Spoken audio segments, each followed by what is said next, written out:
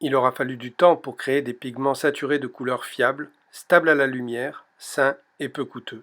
Ces productions inestimables pour les artistes, mais aussi pour la qualité de notre environnement, ont été complexes et ont nécessité une longue évolution d'avancées technologiques pour faire apparaître une extraordinaire variété de couleurs, non sans quelques effets indésirables et incroyables histoires. Il faut savoir que la notion de couleur primaire est moderne et occidentale. Dans l'Antiquité, il n'y avait que deux couleurs dominantes, le rouge et le jaune, plus le noir et le blanc. Pas de bleu. Les premiers pigments employés par l'homme sont les ocres, il y a quelques 250 000 ans, dans le monde entier, et plus récemment dans les grottes françaises de Chauvet il y a environ 32 000 ans, et de Lascaux il y a moins 27 000 ans. Terres argileuses naturelles contenant des oxydes de fer ou de manganèse qui offrent une large gamme de jaune, rouge et brun, ou même des tons verdâtres. Broyage, séchage, cuisson qui donnent des ocres rouges orangés, plus ou moins foncés, jusqu'aux ocres brûlés. Chaque époque a créé ses couleurs plus vives et plus pures que les artistes se sont empressés d'adopter. Depuis la nuit des temps, le bleu a une signification spirituelle, couleur de la voûte céleste. Si nous voyons du bleu quand nous fixons le ciel, c'est pour une raison optique et non chimique. Quand la lumière est propagée dans l'atmosphère par des particules d'eau, les longueurs d'onde les plus courtes, correspondant à la lumière bleue, sont les plus visibles. Ce phénomène est bien connu des peintres de paysages qui jouent avec la perspective aérienne. Plus les plans sont éloignés, plus ils bleuissent et pâlissent. Les premiers plans sont plus foncés et plus nets. Ils avancent. Les arrière-plans sont plus clairs et plus flous. Ils creusent l'espace. La nature offre très peu de pigments bleus. Les Égyptiens, dès l'Antiquité, ont créé le premier pigment de synthèse bleu, le bleu égyptien. Première interaction entre technologie et culture, il y a 5000 ans. Cuisson de chaux, de cuivre, de silice et du natron dans des fours maintenus à 830 degrés. Ce bleu orne par exemple le sublime sarcophage du très jeune pharaon Toutankhamon. On le retrouve à Rome sous le nom de caruléum, ce qui a donné le bleu céruléen en français. Le bleu indigo. Dès l'Antiquité, il servit à teindre les textiles, les jeans, les uniformes militaires. Le terme d'indigo est issu du latin indicum, venu d'Inde, car cultivé dans la vallée de l'Indus il y a plus de 5000 ans. Le nom de cette plante, appelée indigotier, signifiait bleu foncé.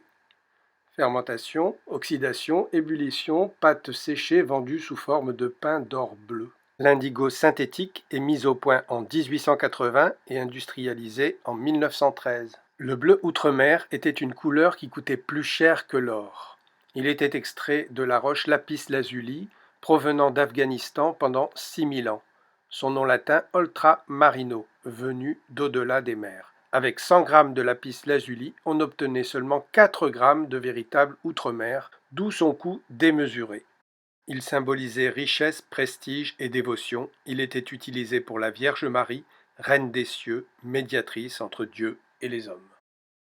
Au XIXe siècle, l'invention d'un outre-mer synthétique non toxique va permettre aux artistes de l'employer avec une désinvolture que les générations précédentes ne pouvaient imaginer.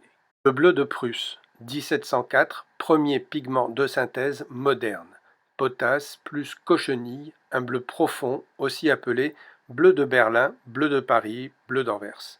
Grand succès car non toxique et couleur intense foncée. Le cobalt moderne apparaît en 1835, teinte plus pure et plus lumineuse que jamais, très utilisée à la fin du XIXe siècle par les peintres impressionnistes et par ceux des tendances suivantes.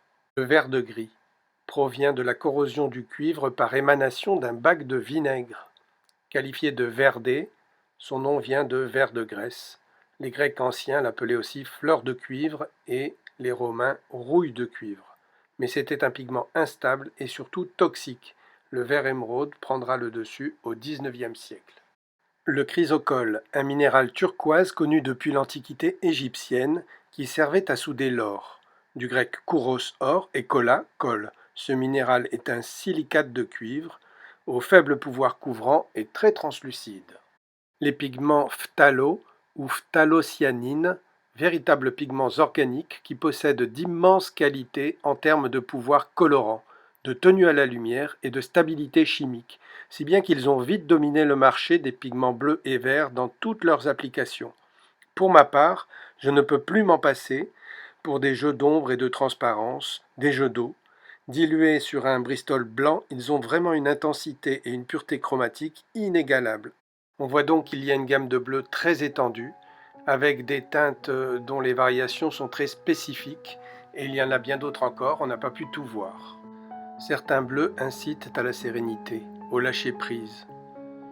Ils peuvent produire une action relaxante et permettre de retrouver un calme intérieur profond. Le bleu connote aussi le monde marin. Il a tendance à ouvrir l'espace.